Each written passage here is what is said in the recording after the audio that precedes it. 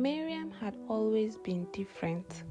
While other girls in her university juggled books, assignments, and exams, she juggled something else: power. The power to make men do whatever she wanted. The power to be noticed, admired, and desired. She was the kind of girl that left a trail of whispers wherever she went. Her beauty was undeniable, her skin smooth as caramel, her eyes large and alluring, her lips curved in a permanent smirk that hinted at mystery. But it wasn't just her looks that made head turns. It was her confidence, the way she carried herself like she owned the world. And for a time, she did. Miriam and her best friend Tommy were inseparable. They did everything together, attended the wildest parties, and spent weekends in the most expensive hotels, and flirted with the richest men on campus. They lived a life of luxury without ever lifting a finger. But Miriam always knew the game better than Tommy. She knew which men to string along, which ones to avoid, and which ones to give the most without asking for too much. Then she met Tony. Tony was not like the other men. He wasn't just rich, he was dangerous. He had a reputation for being ruthless, for getting whatever he wanted, whenever he wanted. When Tony sets his sights on something or someone, he never lets go.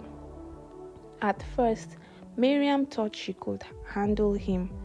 She had handled wealthy politicians, spoiled trust fund kids, and other married men before.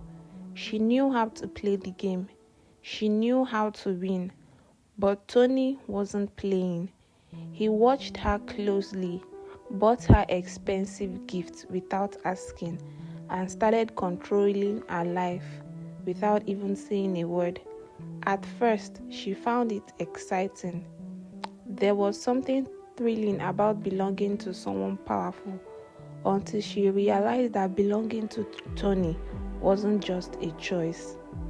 The first time she saw the real Tony was at a private party. It was held at a hidden estate far from campus, filled with men in suits and women who looked like they had nowhere else to go. Miriam knew better than to ask questions, but when she saw a frightened girl being dragged into a back room, something inside her snapped. She wanted to run. She wanted to leave that life behind, but Tony had already marked her. "You're mine now, Miriam," he had whispered that night, his breath warm against her ear. "You don't get to walk away." That night, she made the most important decision of her life. She had to disappear. She packed her bags, deleted her old number, cut off Tommy, and moved to a different city. She erased every trace of her past, praying Tony would never find her. For years, she lived in the shadows, building a new life from nothing. She worked hard, kept her head down, and refused to get close to anyone until she met Daniel. And just like that, she let her guard down. For the first time in years, she felt safe. For the first time, she allowed herself to believe that the past was behind her. She had no idea how wrong she was. The day Miriam met Daniel, it felt like fate had finally smiled at her. She had been working at an event planning in Lagos for 3 years, climbing the ranks through sheer hard work. It was a respectable job, one that didn't require manipulation or secrets. Then, at a charity fundraiser, she met him. Daniel was nothing like the men she used to entertain. He was kind, gentle, and honest. He was the kind of man that made promises and actually kept them. Unlike the men from her past, Daniel didn't try to buy her attention. He didn't flash money, didn't try to impress her with expensive gifts. Instead, he listened. That first night, as they stood on the rooftop of the event hall, looking over the shimmering Lagos skyline, he asked her, "What's your biggest dream?" Miriam had never been asked that before. For a moment, she had no answer. She had spent so many years surviving that she had never stopped to think about what she truly wanted. I don't know, she admitted. Daniel smiled. Then maybe it's time you find out. She had never met someone like him, and the more time she spent together, the harder she fell. For the first time in her life, she let someone in.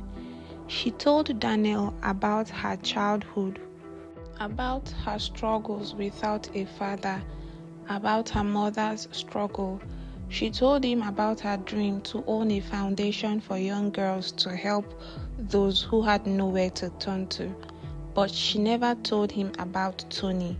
She never told him about the men from her past, the things she had done, the secrets she had buried. She convinced herself that it didn't matter. Daniel loved who she was now, not who she used to be. So when he knelt before her one beautiful evening and asked her to be his wife, she said yes without hesitation. Their wedding was beautiful, the kind of fairy tale romance people envied. Miriam walked down the aisle in a flowing white dress, her heart bursting with happiness.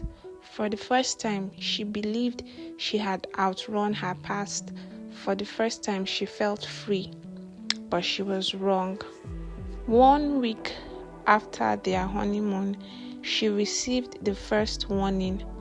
An envelope arrived at their doorstep. Inside was a single photograph, a picture of her from years ago, sitting on Tony's lap, laughing, a glass of champagne in her hand. Her stomach twisted. On the back of the paragraph, written in red ink, were the words, "You can't bury the past, Miriam." Her hands shook as she stared at the image. Her phone buzzed. Unknown number. "Did you miss me?"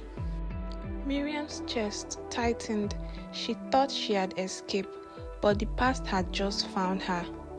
Miriam stood frozen, the photograph trembling in her hands. The air around her felt suddenly heavy, as if the walls of her perfect life were beginning to close in. The past she had spent years running from had caught up with her. Her breath quickened. This had to be a joke, a cruel prank, but deep down she knew better.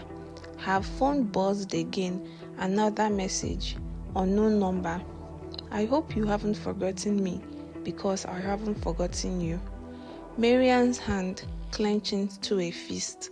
Her mind screamed at her to do something, anything, but she could barely think straight. Daniel's voice echoed from the other room. "Miriam, are you okay?" She snapped out of daze. Daniel must not see this. Her heart pounding, she rushed to the kitchen, grabbed a match and set the photograph on fire over the sink. The flames swallowed it whole, the edges coiling and blackening until there was nothing left but ashes. She turned on the tap, letting the ashes wash it away, as if that would somehow erase the truth. The past was back, and it was watching her. The nightmares began.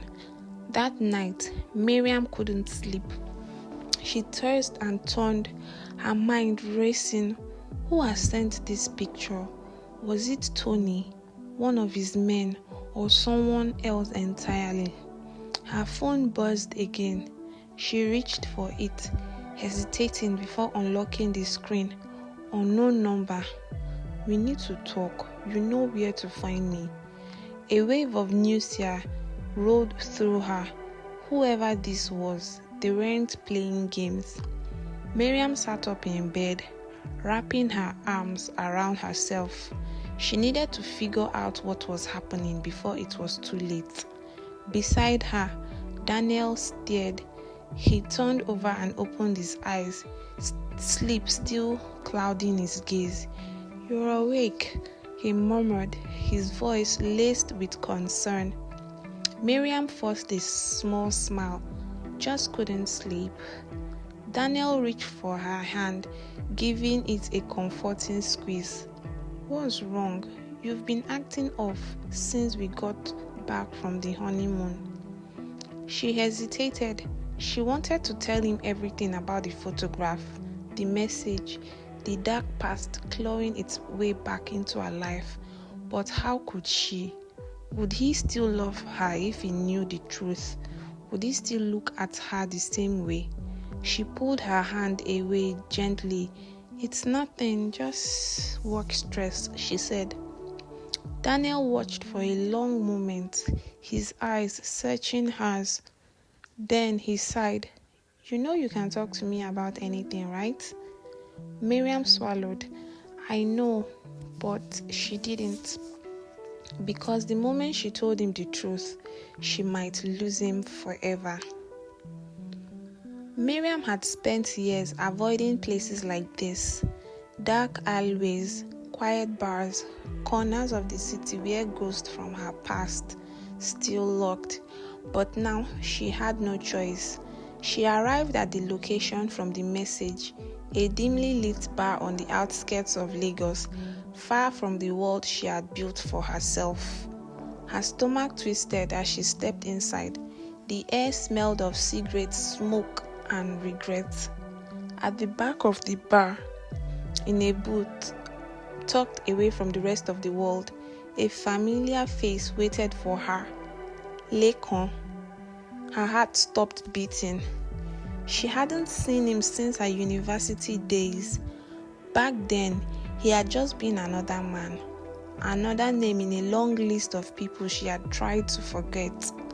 But the look in his eyes told her one thing: he had never forgotten her. "Long time, Mimi," Lekan said, a smirk curling on his lips. Her fingers curled into fists beneath the table. No one had called her that name anymore. "What do you want, Lekan?" she asked, her voice steady. He leaned back in his seat, arms stretched lazily over the booth. "Straight to the point. I like that," Lekan said. Miriam's patience was wearing thin. "The picture, the messages, was it you?" Lekan tilted his head, amusement flickering in his eyes. Partially, but I'm not the only one who remembers you, Miriam. There are others." "What do you want?" she asked again. Lekan's smirk faded, his eyes darkened. 10 million naira. Miriam's breath hitched. "Are you insane? I don't have that kind of money." Lekan shrugged. "Then find it. You have 1 week or I'll start talking." Miriam's fingers dug into her palms. "Talking to who?" Lekan leaned forward, lowering his voice. "Your husband." A cold chill ran down Miriam's spine. Her perfect life was hanging by a thread, and Lekan was holding the scissors. Miriam could barely remember how she made it home. Her mind raced with possibilities. 10 million naira. She didn't even have that kind of money.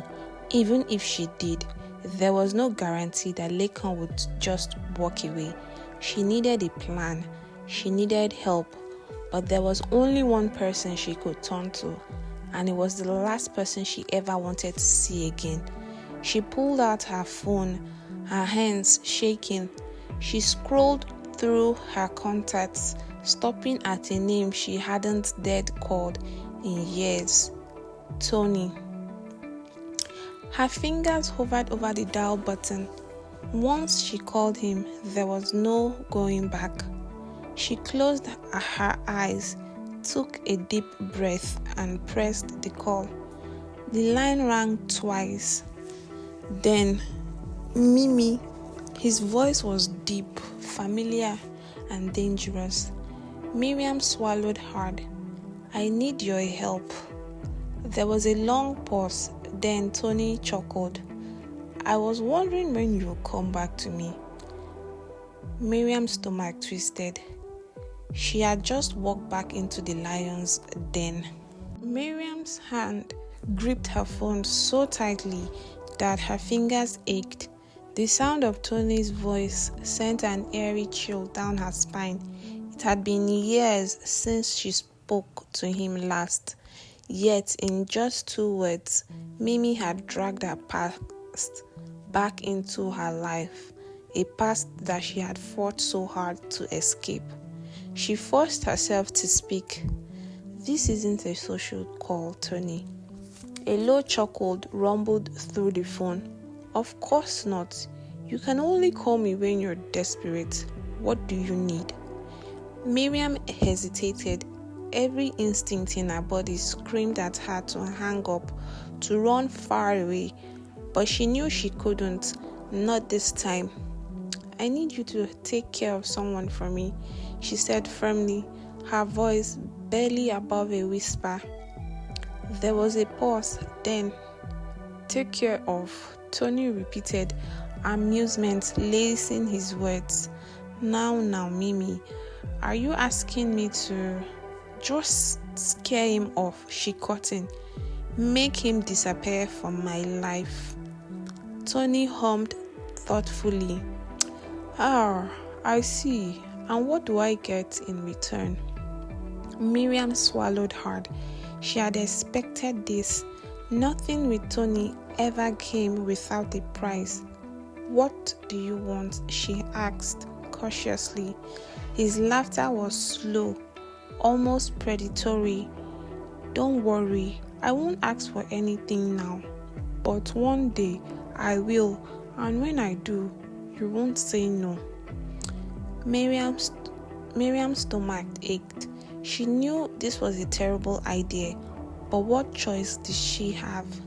She closed her eyes, inhaled sharply and exhaled. Fine, just handle it. Tony sighed dramatically. That's my girl. Consider it done. The call ended. Miriam let out a shaky breath. She had just sold her soul to the devil. The next few days were a blur. Miriam went through the emotions of life, but her mind was elsewhere. Every time her phone buzzed, her heart skipped a beat, afraid it would be another threat, another demand. Daniel noticed her change. You are different, he said one evening as they sat at the dinner table. You barely talk to me anymore. Miriam forced a smile, just stressed with work. Daniel frowned. Are you sure? You know you can tell me anything, right? Her chest tightened. He had no idea how much she wanted to tell him, how much she needed to tell him, but she couldn't yet. So she did what she had always done. She smiled and told him everything was fine and prayed that the past wouldn't destroy the only happiness she had ever known. 3 days later, Miriam woke up to the news that Lekon was missing. She sat frozen at the breakfast table, Daniel's voice distant as he read the article out loud. The police says that he was last seen 2 nights ago. Daniel murmured, scrolling through his phone. They suspect foul play. Miriam's grip tightened on her coffee mug. 2 nights ago, the same night she had called Tony, she felt sick. Tony had said he would handle it. She never asked for Lekon to disappear. Her phone vibrated. A message from unknown number. Problem solved. You're welcome. Miriam's stomach twisted violently. She had made a mistake, a huge mistake. That evening, Miriam could barely speak. She could feel Daniel's eyes on her, watching and analyzing her. Finally, he set his spoon down. Miriam, he said carefully, are you okay? She forced a nod. I'm fine. Daniel didn't look convinced. You've been acting strange lately, and now this Lekon guy. You didn't know him, did you? Miriam's breath caught in her throat. Lying was easy, but lying to Daniel was different. No, she said quickly, too quickly. Daniel's eyes narrowed. Are you sure? Her heart pounded. Why are you asking me all this? Daniel studied her for a long moment before shaking his head. Never mind, he murmured. I just feel like there is something you're not telling me. Miriam swallowed hard. If only he knew. Miriam thought she had everything under control until Daniel found the letter. She had hidden it in the back of her drawer beneath layers of clothes, but somehow he found one of the letters. She walked into the bedroom to find him holding it, his face unreadable. Miriam, he said slowly, what is this? Her blood ran cold.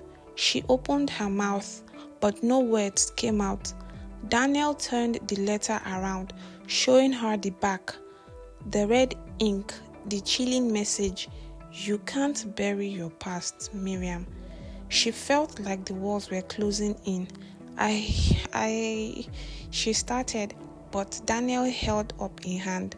No more lies, he said, his voice tight with emotion. Tell me the truth.